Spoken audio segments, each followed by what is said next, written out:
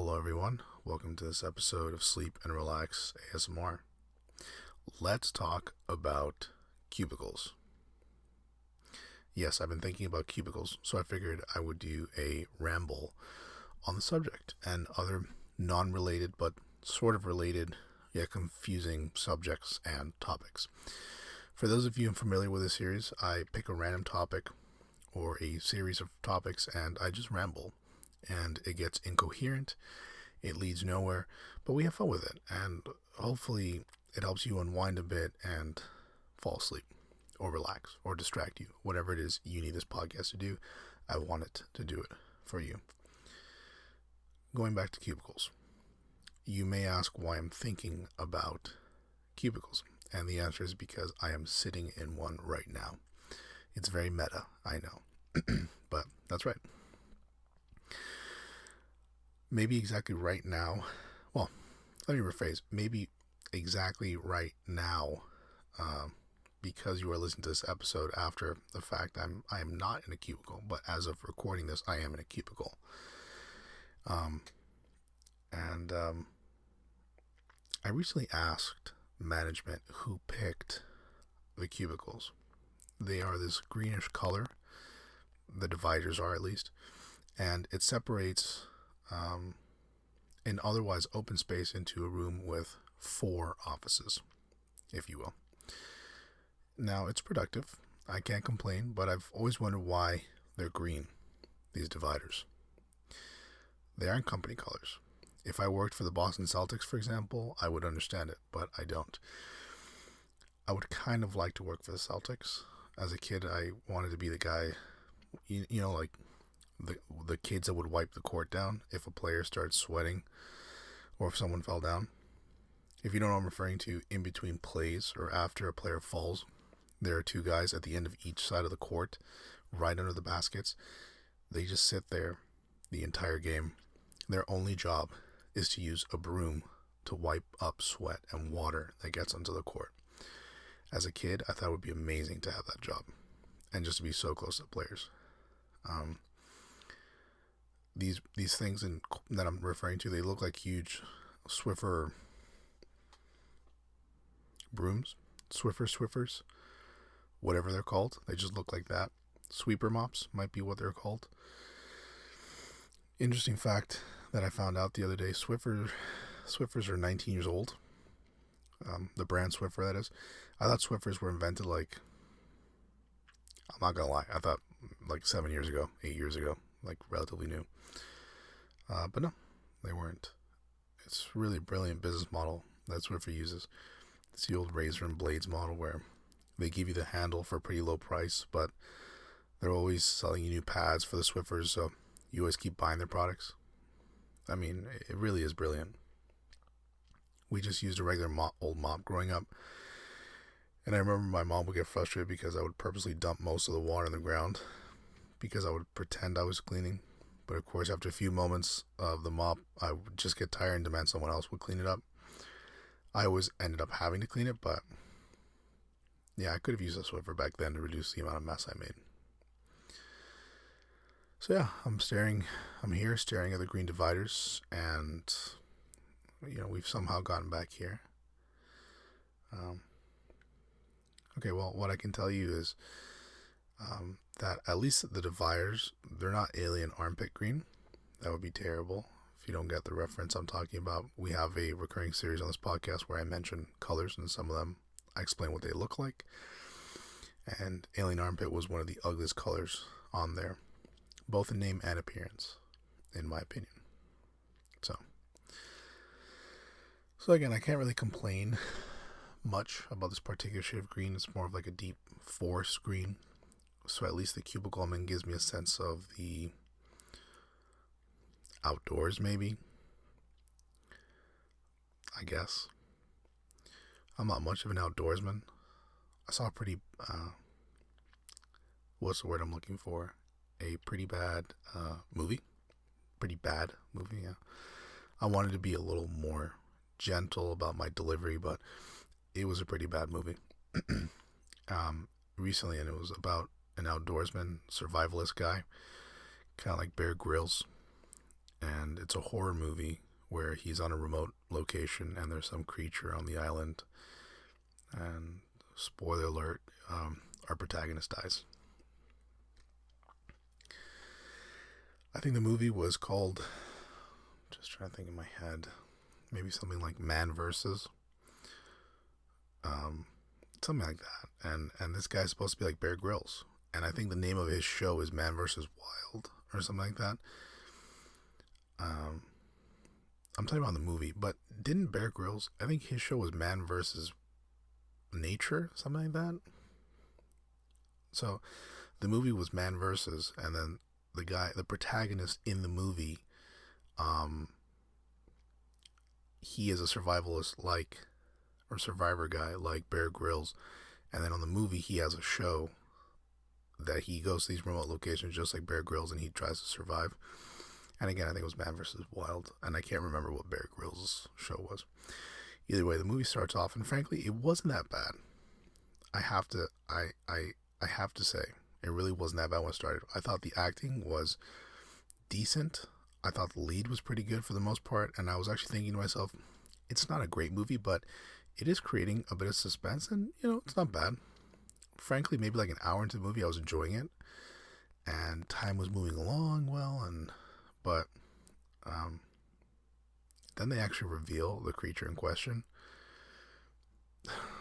It was this alien versus predator ripoff abomination thing that is this evil killer on the island, and it just ruined the film. It just ruined it. First off, the thing looks like something from a high school production set, and not a very good one at that. I don't want to be mean. If you've been listening to a while, you know that I don't typically, like rip people or get into like mean-spirited things, but this thing looked terrible. It looked bad. It was a straight rip-off of the Alien from the Alien series. And to make matters worse, you get this POV shot where you're looking at the protagonist of the film, this survivor guy, from the eyes of this creature. And it shows like this 90s inspired cheap CGI looking dashboard thing that's supposed to represent what the creature's looking at. I mean, it's so bad. I mean, it looked like something from an original PlayStation game where it's supposed to look badass, and if this were a film from 15, 20 years ago with a limited budget, you'd say, okay, at the time you would probably watch and not hate it, but the film was doing well. Like, again, the acting was fine. The acting was fine. The idea for me was fine. I was believing it.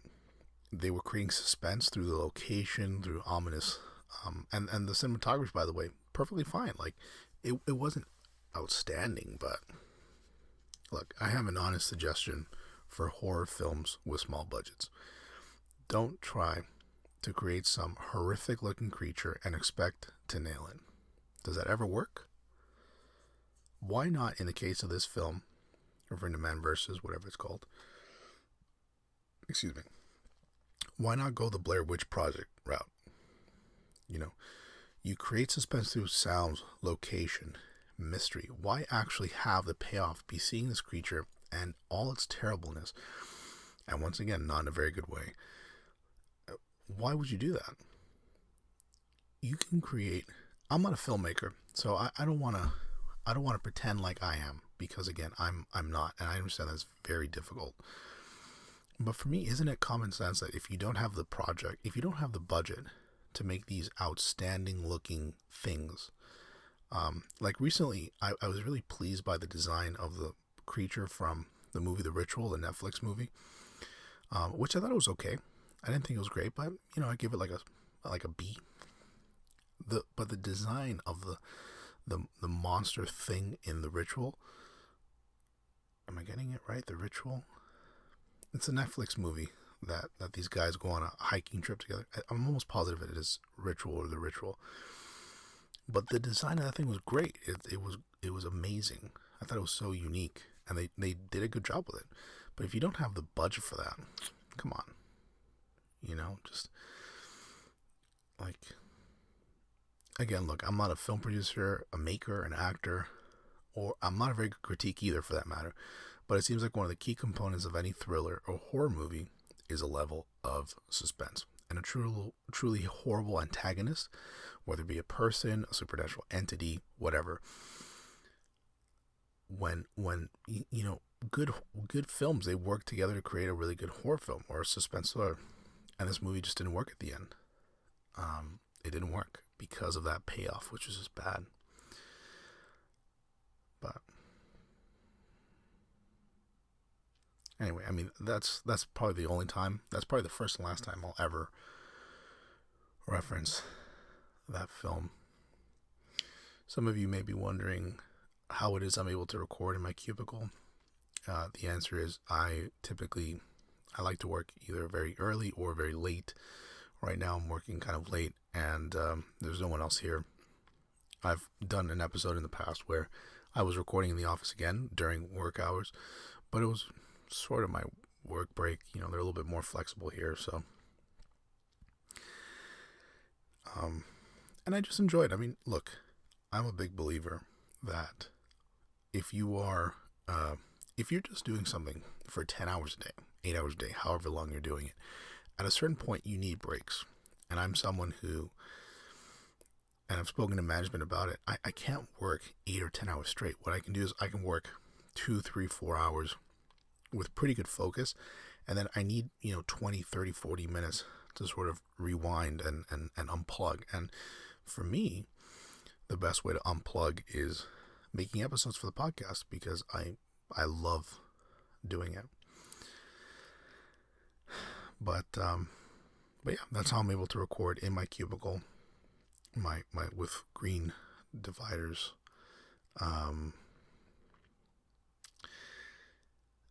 And lost my train of thought there, actually. I was noticing that one of my coworkers has one of those really cool customized, cool for me, probably for you, you're going to laugh at it.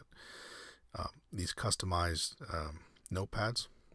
So whenever clients or vendors come in, just to say hi or check up on us or try to sell us a new product or whatever it may be, they typically bring gifts. Sometimes it's pens, sometimes it's calendars. But I really love the notepads from some of these companies because they're like these big, well-made notepads. And personally, I prefer to write things down when it comes to reminders, and then I digitize them. So I like to write down notes, for example, and then I'll create a doc later where I'll type them all out and I'll save them, and they're sort of for my own use. And I wonder how many people are still like that. I wonder how many people still prefer writing, especially people maybe under the age of 18 to 20, people that really did grow up with cell phones and iPads pretty much their entire lives. I wonder if that's still true. Even for me, I'm not that much older than, I'm certainly not college days at this point, but I'm not that much older than the demographic I just described. I've always preferred writing and then digitizing. And in many ways, I find that a big reason why is it just helps me remember what I'm writing down. By physically writing down, I just remember what it is I'm doing more frequently and with more clarity. So that's that. So anyway, I was just noticing that they have a notepad. It's one of the sales guys, and it's a nice notepad. I'm a little bit jealous that they didn't give me one, but I wasn't there in that particular meeting, so I guess I can understand. I don't know. I guess I shouldn't comment too much more about my coworkers' workspace. It's not very polite of me. I guess the other thing I noticed is that he also has a pen, but from a different company. And I'm wondering where he's getting all this merch from, because I've attended some of these meetings as well, so I'm surprised that he has uh, this pen in particular, because I didn't get a pen when I attended that meeting, and a little bit jealous about that. I'm very thankful though for the people that I'm with here in the office. I mean, for the most part, it's a lot of good vibes, good synergy going around. I really can't complain. The guys and gals around here are, hard workers, very focused, and I would say pretty focused on getting the job done and sort of reaching our goals, as opposed to gossiping about each other. And I have a friend whose work environment, she works for an educational institution, and some of the work seems to be a little mindless in her department, but she'll just tell me how, it'll be basically just a big gossip center where they go in, oh, did you hear that this person did that? And she'll share that whenever we're hanging out in groups of friends, and she'll sort of tell everyone what the new gossip is in her workplace. And for me, I've just never really been very interested in that. I find it very distracting, and I just think it takes away from work, which I'm someone who's always gotten a lot of identity from the things that I work on, because I try to work on things and do them well. So anyway, I don't know how I got into that particular stretch there, but that's kind of the beauty of these Ramble episodes. Is I talk about Cubicles, and I get into a bad horror film that I saw the other week, and then I talk about how I wanted to be one of those kids that would sweep the floor at NBA games. So it's just all good fun. But anyway, it's getting kind of late here in the office, so it's a little bit short for a ramble, but I really hope you guys liked it. If you have any suggestions or comments, anything at all, you can always send me an email to hello@sleepandrelaxasmr.com. If you love the show, please consider donating either through our website or becoming a patron on Patreon. All that information, all those details, you can find in the show notes. So with that, I thank you as always for listening, and take care.